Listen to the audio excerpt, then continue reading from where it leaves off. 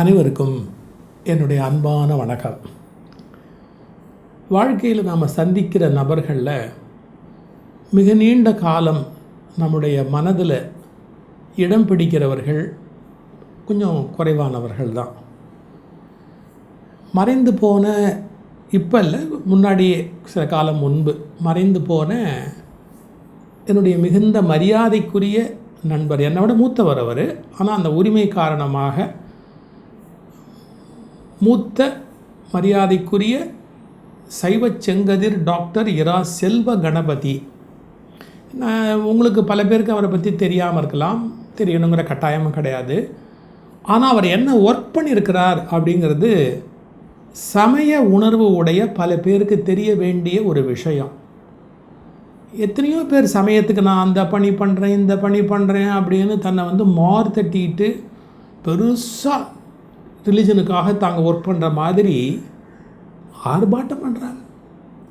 ஆனால் அமைதியாக ஒரு சமய பணி, மிகப்பெரிய பணி, தனி மனிதன் செய்யவே முடியாத ஒரு பணியை ஒருத்தர் செஞ்சுருக்கிறார்.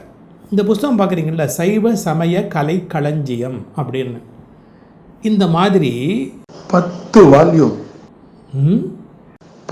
வால்யூம் வரிசையாக ஒரு மனிதன் புத்தகங்கள் தொகுத்து கொண்டு வர முடியுமா? இப்போ எல்லாம் அவரே எழுதினார் நான் சொல்ல மாட்டேன். ஒவ்வொரு தலைப்பில் பலரிடமிருந்து கட்டுரைகளை பெற்று அதை தொகுத்து, சாதாரண வேலை இல்லை. நீங்கள் சைவ சமயம் பற்றி என்ன தெரிஞ்சுக்கணும் அப்படின்னு நினச்சாலும் இந்த கலைக்களஞ்சியத்தை புரட்டுனா போகிறோம். இப்போ விநாயகர் வழிபாடு அப்படின்னு எடுத்தால் ஊர் உலகத்தில் எத்தனை விநாயகர் இருக்கிறாரு, என்னென்ன மாதிரி வழிபாடு இருக்குது, என்னென்ன வழிபாட்டு நூல் இருக்குது, என்னென்ன புராணம் இருக்குது, அப்படி ஒரு குறிப்பு இருக்கும் உள்ளுக்குள்ளே. இப்போது உருத்திரர், ருத்ரர் அப்படின்னு சொல்லுது. உருத்திரர்னால் எத்தனை ஊரில் எத்தனை வடிவத்தில் இருக்குது, எப்படி அந்த வழிபாடு வந்தது, எந்த நூற்றாண்டுக்குள்ளே வந்தது, என்ன மாதிரியான மக்கள் வழிபட்டுருக்கிறாங்க, எந்த கோயில் ரொம்ப விசேஷமான கோயிலாக இருக்குது, இப்படி எதை பற்றிய ருத்ராட்சம் அப்படின்னு எடுத்துட்டிங்கன்னா அந்த ருத்ராட்சத்தை பற்றிய ஒரு புஸ்தகம் இது உள்ளே இருக்கும். அதாவது நூற்றுக்கணக்கான புஸ்தகங்களை தொகுத்து ஒரு கலைக்களஞ்சியமாக ஆக்கியிருக்கிறார். சரி, இத்தனைக்கும் அவர் இப்போ ஒரு சைவ மடம் இந்த காரியத்தை பண்ணலாம், ஒரு பல்கலைக்கழகம் இந்த காரியத்தை பண்ண முடியும். ஏன்னா பல்கலைக்கழகத்தில் ஒரு 14-20 பேராசிரியர்களை போட்டு, ஒரு தலைமை பேராசிரியரை போட்டு, அதெல்லாம் இன்ஸ்டிடியூஷன், நிறுவனங்கள், அவங்களால பண்ண முடியும். ஒரு தனி மனுஷன் பண்ண முடியுமா? அவர் தெய்வ சேக்கிழார் மனிதவள அறக்கட்டளைன்னு ஒன்று வச்சுருந்தார். தர்மயாதீன கல்லூரியில் முதல்வராக பணிபுரிந்து ஓய்வு பெற்றார். நல்ல சிறந்த பேச்சாளர். சரி, எனக்கும் அவருக்கும் இடையில் இருக்கிற ஒரு நட்பை சொல்லட்டுமா? என்னுடைய எவ்வளவு மரியாதைக்குரிய நண்பருங்கிறதுக்கு ஒரு சின்ன உதாரணம் சொல்லட்டுமா? நான் மாயவரத்தில் பேச போயிருக்கிறேன். மாயவரத்தில் கம்பராமாயண விரிவுரை அதுக்காக என்னை கூப்பிட்ருக்குறாங்க. நான் பேச ஆரம்பித்த காலம் அது. அப்போ தர்மயாதீன கல்லூரியில் அவர் தமிழ் பேராசிரியராக செல்வ கணபதி அவர்கள் பணிபுரிந்து கொண்டிருக்கிறார்கள். தம்பி, நம்ம வீட்டில் மத்தியானம் சாப்பிட்லாம் அப்படின்னாங்க. எனக்கு நல்லது தான், ஹோட்டலில் சாப்பிட்றத விட ஒரு வீட்டு உணவு அன்பாக கிடைக்கிதுன்னா அது ரொம்ப விசேஷம். வண்டி வசதி, அவர் ஒரு ஸ்கூட்டர் வச்சுருந்தார். அந்த ஸ்கூட்டரில் என்னை கூட்டிகிட்டு போயிட்டார். வாங்க போகலாம் வீட்டுக்கு அப்படின்னு. மாயவரத்தில் நான் தங்கியிருக்கிறேன். அங்கேருந்து தருமபுரம் ஒரு 3 கிலோமீட்டர் அனுபவம் தான். போயிட்டோம். மத்தியானம் சாப்பிட்டோம். நல்ல உணவு. அண்ணி ரொம்ப அன்புள்ளவங்க, ரொம்ப ரொம்ப ரொம்ப ரொம்ப அன்புள்ளவங்க, ரொம்ப பிரமாதமாக சமைப்பாங்க. அப்படியே தாய்மையினுடைய உணர்வு. நல்லா சாப்பிட்டாச்சு, கண்ணு சொக்குது. நான் ரூமுக்கு போகணும் அப்படின்னேன். எதுக்கு தம்பி? இங்கேயே நீங்கள் கொஞ்சம் ரெஸ்ட் எடுத்துகிட்டு சாயங்காலம் மீட்டிங் போது போகலாமே அப்படின்னு சொன்னார் பேராசிரியர் செல்வ கணபதி. நான் அப்போ தான் பேச ஆரம்பித்த காலம். நான் என்ன பண்ணுவேன், பாடல்களை எல்லாம் குறிப்பு எடுப்பேன். கம்பராமாயணம் இன்றைக்கி பேச போகிறோன்னா, இன்றைக்கி பேச போகிற பகுதியில் கம்பராமாயணம் மூல நூல் உரையோடு இருக்கிறத எடுத்து வச்சு இன்னென்ன பாட்டு சொல்லணும் அப்படின்னு நான் பேச்சு தயாரிக்கிறதே ஒரு வித்தியாசமாக இருக்கும். ஒரு ஷீட் எடுத்துக்குவேன். அந்த ஷீட்டில் வரிசையாக பாட்டு எழுதிக்குவேன். பின்பக்கம் காலியாக வச்சுருப்பேன். அந்த காலியாக வச்சுருக்க பக்கத்தில் இதுக்கு துணை செய்திகள், இதை சொல்லும்போது இதை சொல்லலாம், இது சொல்லும்போது இந்த இலக்கியத்துலேருந்து சிலப்பதிகாரம் சேர்த்து சொல்லலாம், இது திருக்குறள் இந்த இடத்துல சொல்லலாம், ஜாயின் பண்ண வேண்டியது அதெல்லாம் ரெட் இங்கில் எழுதிக்குவேன். பாட்டை ப்ளூ இங்கில் எழுதிக்குவேன். ஒரு நகைச்சுவையாக இதை சொல்லலாம்னு தோணுச்சுன்னா கூட அந்த இடத்துல ஒரு பச்சை இங்கில் ஒரு குறிப்பு போட்டுக்குவேன். இப்படி தான் நான் பேச்சை தயாரிப்பேன். இது ஆரம்ப காலம் எனக்கு. அண்ணா அந்த இன்றைக்கி உரிய தலைப்புக்கு நான் வந்து குறிப்பு எடுக்கலைன்னா காலையில் பார்த்துக்கிட்டே இருந்தேன், அதுக்குள்ளே நீங்கள் சாப்பிட்லான்னு வீட்டுக்கு வந்துட்டேன், நான் இப்போ போய் மறுபடியும் கொஞ்சம் வேலை பார்க்க வேண்டியிருக்கு, அதை எடுத்தால் தான் ராமாயணத்தில் இன்றைக்கி பேச வேண்டிய பகுதி நான் பேச முடியும். நம்பவே முடியாது சார். 10 நாள் ராமாயணம் பேசுகிறதா இருந்தால் இன்றைக்கி என்ன தலைப்பு அப்படின்னு கேட்டார். சுந்தரகாண்டம்னு வச்சுக்கோங்க. சுந்தரகாண்டம் பேசுகிறேன்னு. சுந்தரகாண்டத்தில் எத்தனை பாட்டு சொல்லிவிடுவீங்க நீங்கள்? என்னென்ன ஒரு அப்படி இப்படி போனால் சுந்தரகாண்டத்தில் ஒரு 50 பாட்டு சொன்னால் ஜாஸ்தி, அவ்வளோதான் சொல்ல முடியும் சுந்தரகாண்டத்தில். நான் சுந்தரகாண்டம் பேசுகிறதுக்கு குறிப்பு வச்சுருக்கிறேன் பார்க்குறீங்களா அப்படின்னார். எனக்கு பெரிய ஷாக்கு. ஒரு பேச்சாளன் தான் எடுத்து வச்ச குறிப்பை இன்னொருத்தட்ட காட்டக்கூட மாட்டாங்க. தான் என்னென்ன உழைச்சி சேகரித்து வச்சுருக்கிறோங்கிற விஷயத்தை அடுத்த ஆளுக்கு சொத்து கூட காட்டிடுவாங்க. ஒரு பேச்சாளன் தான் எடுத்து வச்சுருக்கிற குறிப்பை இன்னொரு பேச்சாளனுக்கு காட்ட மாட்டாங்க. எனக்கு ஒரு பெரிய ஷாக் என்னென்னா, அதே மாதிரியான மெத்தடில் தான் அவரும் பேச்சு தயார் பண்ணியிருக்கிறார் சுந்தரகாண்டம் பேசுகிறதுக்கு. இந்த பக்கத்தில் பாட்டு இருக்குது, ஏதோ இன்னொரு இங்கில் வந்து ஒரு அடையாளம் இருக்குது, சிறப்பு செய்திகள் அப்படிங்கிறது இருக்குது, இந்த பக்கம் காலியாக இருக்குது. வாழ்க்கையில் என்னால் மறக்க முடியாத விஷயம், தம்பி சாப்பிட்ருக்கிறீங்க, நல்லா ரெஸ்ட் எடுங்க, இந்த குறிப்பு கையில் இருக்க வச்சுக்கோங்க, இதை நீங்கள் என்ன பண்ணுறீங்க, எடுத்துகிட்டு போய் இதை வச்சு பேசிடுங்க, நாளைக்கு காலையில் நான் வந்து வாங்கிக்கிறேன்றது. முத்து முத்தாக இருக்கும் அவருடைய கையெழுத்து. நீங்கள் அவர் கையெழுத்தை பார்த்து இன்னொருத்தர் நல்ல ஒரு விதமான தயக்கமும் இல்லாமல் பேசலாம். இப்படி ஒரு பேச்சாளர் பார்க்க முடியுமா உலகத்தில்? ஏன் தம்பி இப்போ வெயிலில் போய் மறுபடியும் அங்கே போயிட்டு நல்ல ரெஸ்ட் எடுங்க தம்பி, நல்ல ரெஸ்ட் எடுங்க, சாயங்காலம் மீட்டிங்க்கு நான் கொண்டு போய் விடுறேன் உங்களை, நீங்கள் மீட்டிங் போய் பேசுகிறதுக்கு இந்த குறிப்பை வச்சுக்கோங்க, நாளைக்கு காலையில் நான் வந்து உங்கள்கிட்ட இந்த குறிப்பை வாங்கிக்கிறேன் அப்படின்னார். எதுக்கு சொல்ல வரேன், இந்த மாதிரி ஒரு தனி மனித அன்பு காட்டக்கூடிய ஒரு மனிதனை வாழ்க்கையில் பார்க்க முடியுமா? சரி, இது எனக்கு பர்சனல் எக்ஸ்பீரியன்ஸ். எப்படிப்பட்ட நண்பர்கள் எனக்கு வாழ்க்கையில் அமைஞ்சிருந்தாங்க அப்படிங்கிறதுக்கு இது ஒரு அடையாளம்.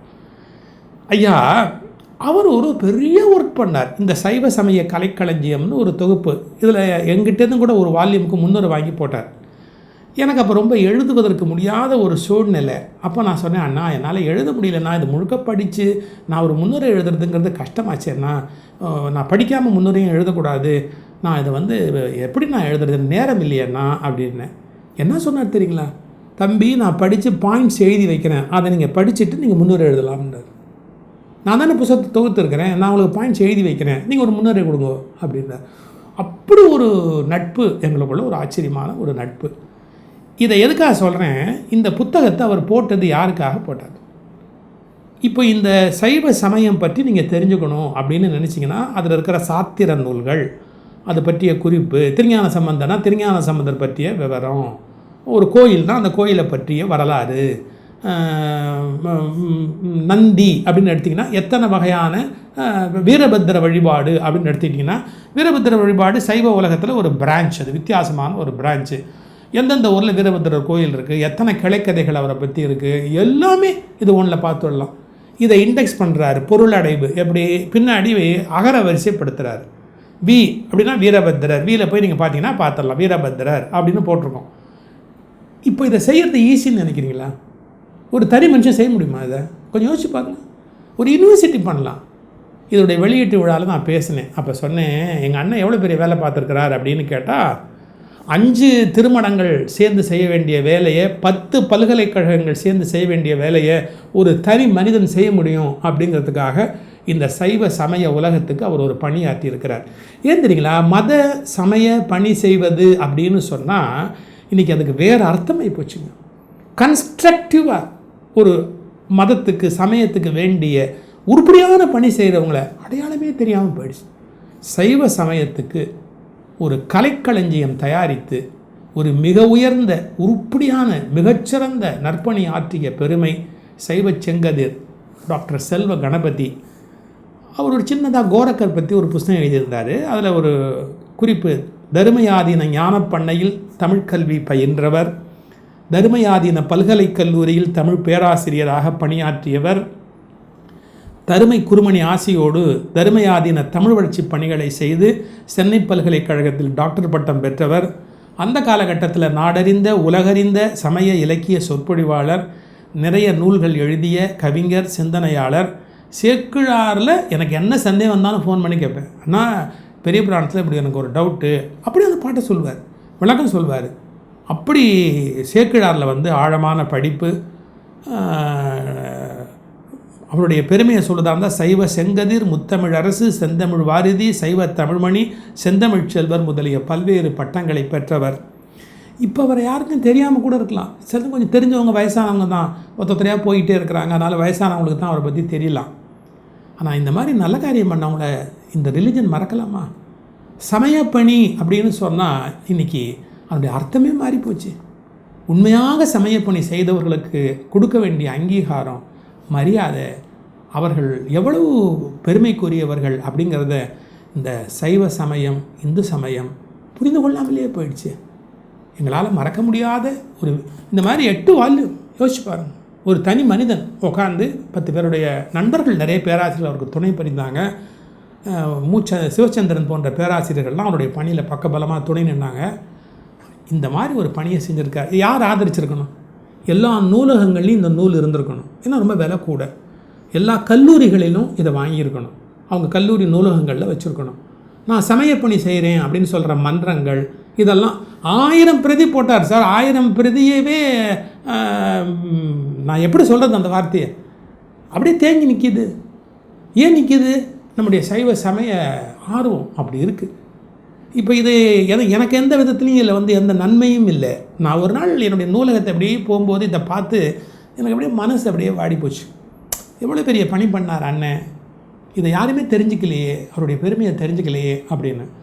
ஏதோ எனக்கு தெரிஞ்சவங்களுக்கெல்லாம் நான் சொல்கிறேன், கல்லூரிகள், பெரிய நூலகங்கள், மிகப்பெரிய கோயில்கள், மன்றங்கள் வைத்திருக்கிறவர்கள் இதை வந்து பாதுகாக்கணும். சைவ சமயம் பற்றிய இட் இஸ் எ ட்ரெஷர், பொக்கிஷன், கலைக்களஞ்சியம்.